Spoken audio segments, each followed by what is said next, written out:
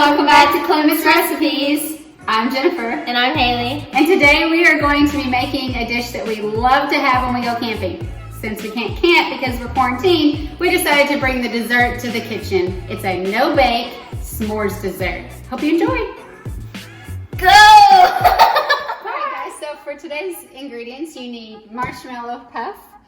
You need some semi-sweets or the dark chocolate, whichever one you like. Some marshmallows, graham crackers, something to go in the microwave to melt your chocolate, and then your spatula and silverware.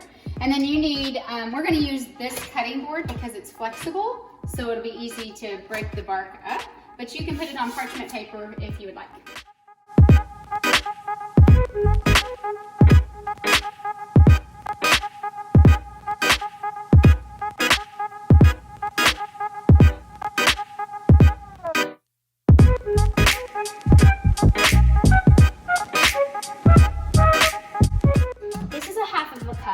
And I need 1.5 cups of chocolate chips, so I'm going to do it 3 times.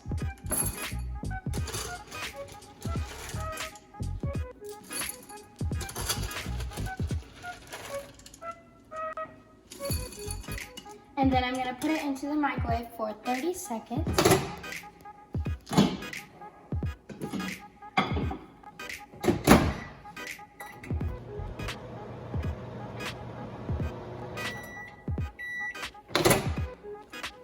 Now I'm going to take it out after 30 seconds, and I'm going to stir it. There's a little melting at the bottom.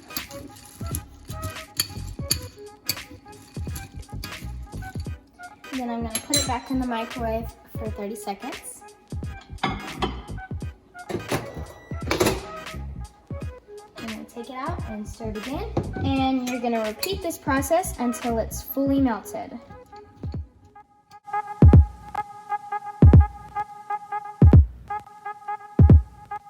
Next, you're just going to pour out your chocolate.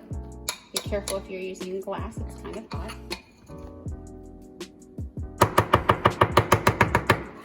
And then I'm just going to scoop it all because we don't want to leave any chocolate behind.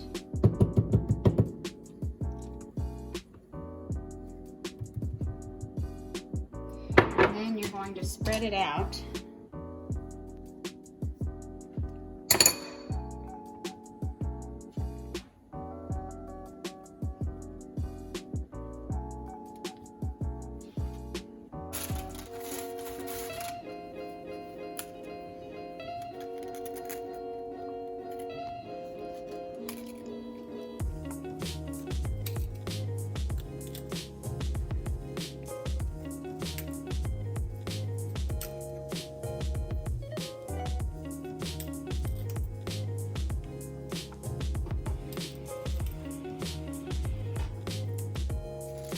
Okay, next we're going to put some marshmallows. And when you put the marshmallows, you want to kind of put the marshmallows not on the graham crackers. And then you want to just give them a little press. Now you're going to need another microwave safe dish, and you're going to take some of your marshmallow puff cream and you're going to plop it in there.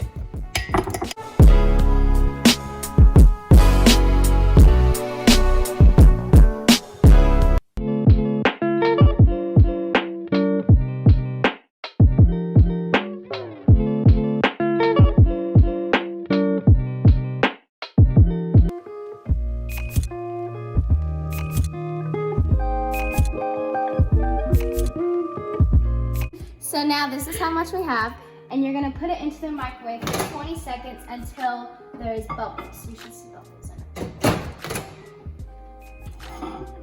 it. So when it comes out, it may be poofed up a little, and you're just going to need to stir it.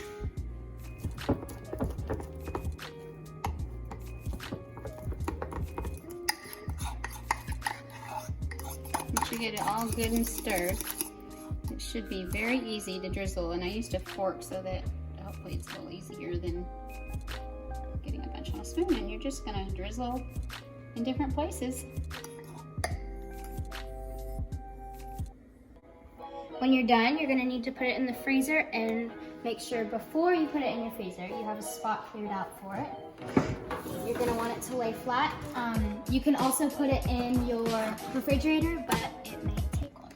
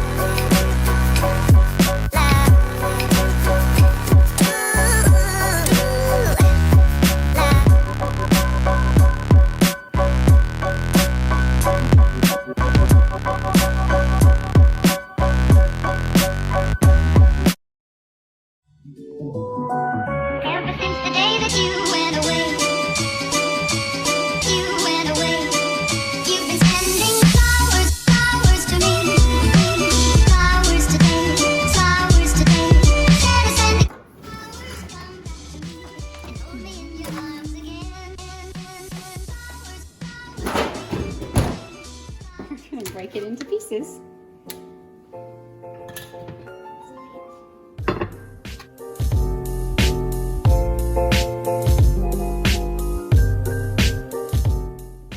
This dessert is about to be taste tested by Haley Clements.